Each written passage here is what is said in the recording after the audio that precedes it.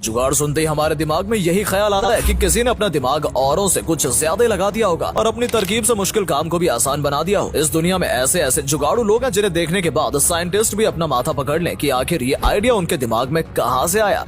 आज की इस वीडियो में हम मिलवाएंगे कुछ ऐसे ही जुगाड़ू लोगों से जिनका जुगाड़ देखकर आप हंसते हंसते लोटपोट होने वाले हैं। तो दोस्तों, इनका जुगाड़ देखने से पहले कुर्सी की पेटी बांध लीजिए क्योंकि मौसम बिगड़ने वाला है। दोस्तों, आपने ट्रेन का सफर तो किया ही होगा। ट्रेन में बैठने के लिए हमें जिस साइड प्लेटफॉर्म होता है उस साइड जाना पड़ता है और इसके लिए प्लेटफॉर्म पे सीढ़ियां बनी होती है। लेकिन कुछ ऐसे महापुरुष भी हैं जो आपको डायरेक्ट पटरी के ऊपर से एक साइड से दूसरी साइड जाने की कोशिश करते दिखाई दे जाएंगे। अब जैसे कि इन जनाब को देख लीजिए, ये भी डायरेक्ट पटरी के ऊपर से दूसरी तरफ जाने की कोशिश कर रहे हैं। लेकिन भाई, सेफ्टी का पूरा ध्यान है। जनाब को छोटे हाइट की वजह से इनकी पटरी क्रॉस करने का जो जुगाड़ लगाया है वो वाकई में कमाल का है। दोस्तों, आमतौर पर तो मुर्गी अंडा बैठ कर देती है, लेकिन इन जनाब की मुर्गी को मिट्टी से एलर्जी है, इसलिए ये नीचे अंडे नहीं देती। ये उड़कर कहीं ऊपर बैठ जाती है और फिर अंडे देती है। तो भाई, अंडा फूटे ना, इसके लिए इन जनाब ने क्या कमाल का जुगाड़ लगाया है। और काफी मशक्कत के बाद इन जनाब ने अंडा बचा ही लिया। वाह, कमाल है भाई, अमेजिंग। सर्दियों में आग किसको अच्छी नहीं लगती। हर कोई आग के पास ही बैठा रहना चाहता है, लेकिन कोई भी लकड़ी काटना नहीं चाहता है। लेकिन अब आपको टेंशन लेने का नहीं है। मिलिए इस शख्स से,